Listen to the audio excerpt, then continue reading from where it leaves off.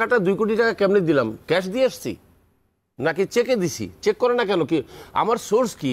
আমার 12 বছর bank account বন্ধ রাখার পরে আমি এখনো ধারকর্য করে চলি। Where is my source? দেখলাম শেখ বলছে তার কাছে ভিডিও আছে। ভাই ভিডিওটা তুই তাড়াতাড়ি দিয়ে দে সব চ্যানেলে, ওরা দেখাই দিক না।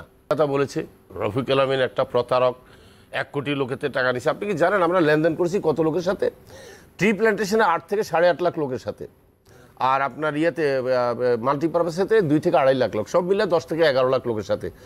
বলার সময় বলতেছে কোটি লোকের থেকে নিছে হাজার হাজার কোটি টাকা। আরে বাবা, হাজার হাজার কোটি টাকা তো অভিযোগে নেই। আপনি নিবন্ধন নির্বাচন কমিশনে বা কোথাও না কোথাও ঘুষ দিয়ে নিবন্ধন নিয়েছেন, এইটা 2 কোটি টাকা ঘুষ দিয়ে আপনি? আমি জানি না, এইটা হচ্ছে কাল্পনিক, মন বগুড়া, ভিত্তিহীন, অতি কাল্পনিক একেবারে। এই আলোচনা আসলো, এটা জাস্ট শুনেন, এটাকে বলে রাজনৈতিক স্ট্যান্ডবাজি।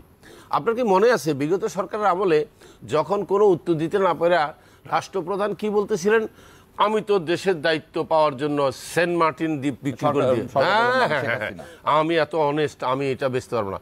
এগুলো হচ্ছে, এটাকে ইংলিশে বলে রাজনৈতিক স্ট্যান্ডবাজি। মানে মানুষকে একটা ঝলক দেয়া, না আমি এটা করতে পারবো না। মানে আপনি অনেক সময় ছবিতেও দেখবেন যে অনেক সময় দেখা যায় কি দুইজনে মিলে তর্ক করতেছে, হঠাৎ করে একজন চিৎকার দিয়ে বলতেছে না আমি আপনাকে কোনো ঘুষ দেবো না, মাইরে ফেলতে পারেন, আমি ঘুষ দেবো। মানে মানুষকে শোনাচ্ছে। এটা হচ্ছে স্ট্যান্ডবাজি। আপনি মনে করেন নির্বাচন কমিশন কেন, পৃথিবীর কোনো সংস্থা এইভাবে যদি প্রকাশ্যে ঘুষ খাবে? বর্তমান নির্বাচন কমিশনকে আদারওয়াইজ বিতর্কিত করাটা অত্যন্ত দুঃখজনক। এটা করা ঠিক হয়নি। টাকাটা 2 কোটি টাকা কেমনে দিলাম? ক্যাশ দিয়ে আসছি নাকি চেকে দিছি? চেক করে না কেন? কি আমার সোর্স কি? আমার 12 বছর ব্যাংক অ্যাকাউন্ট বন্ধ রাখার পরে আমি এখনো ধারকর্য করে চলি। Where is my source? আমার এই 2 কোটি টাকা সোর্সটা করতে গিয়ে দেখাক না। সে একটা কাজ করে না কেন? আমি দেখলাম শেখ বলছে তার কাছে ভিডিও আছে।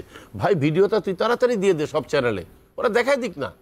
তাইলে তো আমার মুখ বন্ধ হয়ে যায়। এইটা হচ্ছে, হ্যাঁ আমার কাছে অনেক কিছু আছে, এটার বুঝি কোনো আমি কথা বলবো না।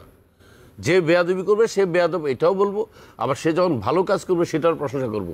বেয়াদবি ওই যে সে আমার নামে যে মিথ্যা কথা বলেছে, রফিকুল আমিন একটা প্রতারক, 1 কোটি লোকেতে টাকা নিছে। আপনি কি জানেন আমরা লেনদেন করেছি কত লোকের সাথে?